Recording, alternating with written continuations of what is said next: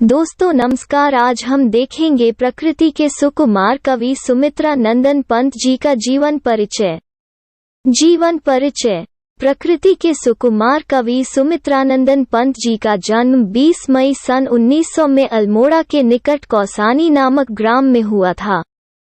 इनकी माता का नाम सरस्वती देवी तथा पिता का नाम पंडित गंगाधर पंत था, जो एक धार्मिक ब्राह्मण थे। जन्म के 6 घंटे बाद ही इनकी माता सरस्वती देवी का देहांत हो गया। तब इनका पालन पोषण इनकी बुआ ने किया।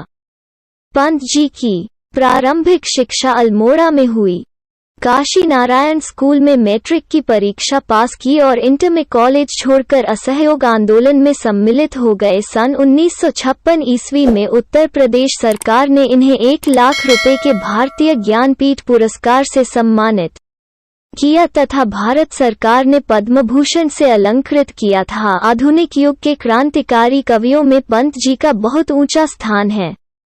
निराला की भांति ही पंत जी ने भी कविता के लिए भाषा, व्याकरण और दोनों के बंधनों को मानने से इनकार कर दिया। पंत जी के काव्य को छायावादी और प्रगतिवादी 2 भागों में बांटा जा सकता है, परंतु समय समय पर उनके कार्य में अनेक परिवर्तन साफ दिखाई पड़ते हैं।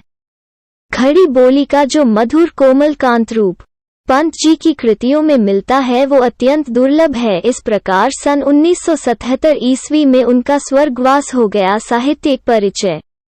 कवि सुमित्रानंदन पंत 7 वर्ष की अल्पायु से ही कविताओं की रचना करने लगे थे। उन्होंने रूपभाव पत्रिका का संपादन किया। तत्पश्चात पंत जी का परिचय अरविंद घोष से हुआ और उसने उनसे प्रभावित होकर अनेक रचनाएं की।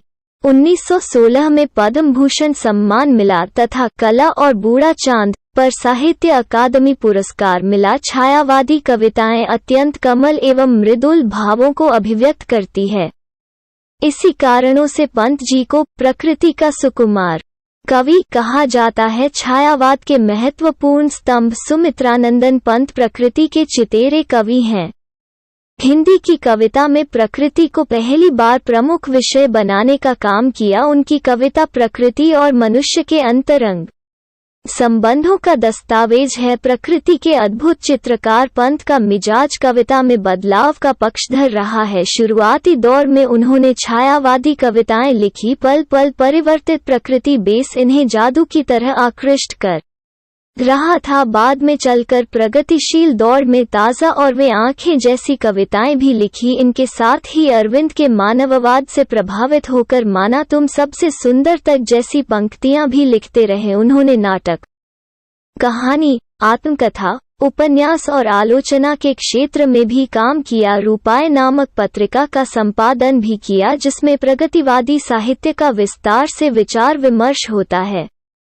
रचनाएं: उपवास, पल्लव, वीणा, ग्रंथि, गुंजन, ग्राम्य, युगांत, युगांतर, स्वर्ण किरण, स्वर्ण धूलि, कला और बूढ़ा चांद, लोकायतन, सत्यकाम, मुक्ति यज्ञ, तारापथ, मानसी, युगवाणी, उत्तरा, रजत शिखर, शिल्पी, सौवर्ण, अतिमा, पतझड़, अवगुंठित, ज्योतिस्ना, मेघनाथ वध आदि। प्रमुख रचनाएं: युगपथ, चिदंबरा, पल्लविनी, स्वच्छंद आदि। अनुदित रचनाएं: मधुज्वाल, उमर खयाम की रुबाइयों का फारसी से हिंदी में अनुवाद, अन्य कवियों के साथ संग्रह। खादी के फूल, हरिवंश राय बच्चन, प्रथम रश्मि, अनुभूति, परिवर्तन आदि। भाषा शैली: पंत जी की भाषा कोमल कांत पदावली से युक्त खड़ी बोली है। पंत जी की शैली अंग्रेजी, संस्कृत, बांग्ला के कवियों से प्रभावित गीतात्मक मुक्तक शैली है। साहित्य में स्थान: पंत जी असाधारण प्रतिभा संपन्न साहित्यकार थे। डॉक्टर हजारी प्रसाद द्विवेदी जी ने पंत जी के काव्य का विवेचन करते हुए लिखा है, पंत जी केवल शिल्पी ही नहीं, महानुभाव शिल्पी हैं। वे सौंदर्य के निरंतर निखरती सूक्ष्म रूप को वाणी देने वाले भाव शिल्पी भी हैं।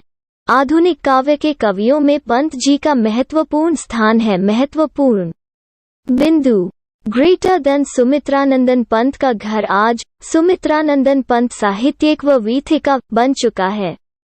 ग्रेटर देन उनके कपड़े, चश्मा, कलम आदि व्यक्तिगत वस्तुएं इसी घर में सुरक्षित रखी गई हैं। ग्रेटर देन संग्रहालय में उनको मिले ज्ञानपीठ पुरस्कार और हिंदी साहित्य सम्मेलन द्वारा मिला वाचस्पति का प्रशस्ति पत्र भी मौजूद है। ग्रेटर देन उनकी रचनाएं लोकायतन, आस्था आदि कविता संग्रह की पांडुलिपि अभी सुरक्षित रखी हैं।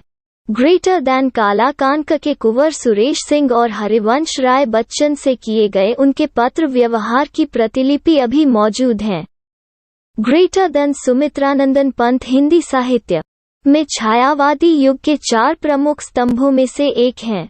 ग्रेटर देन इस युग को जयशंकर प्रसाद, महादेवी वर्मा, सूर्यकांत त्रिपाठी निराला और रामकुमार वर्मा जैसे कवियों का युग कहा गया है। दोस्तों, आज इस वीडियो में बस इतना है। यदि वीडियो अच्छी लगी हो तो वीडियो को लाइक करें। यदि आप हमारे चैनल पर नए हैं तो चैनल को सब्सक्राइब करें।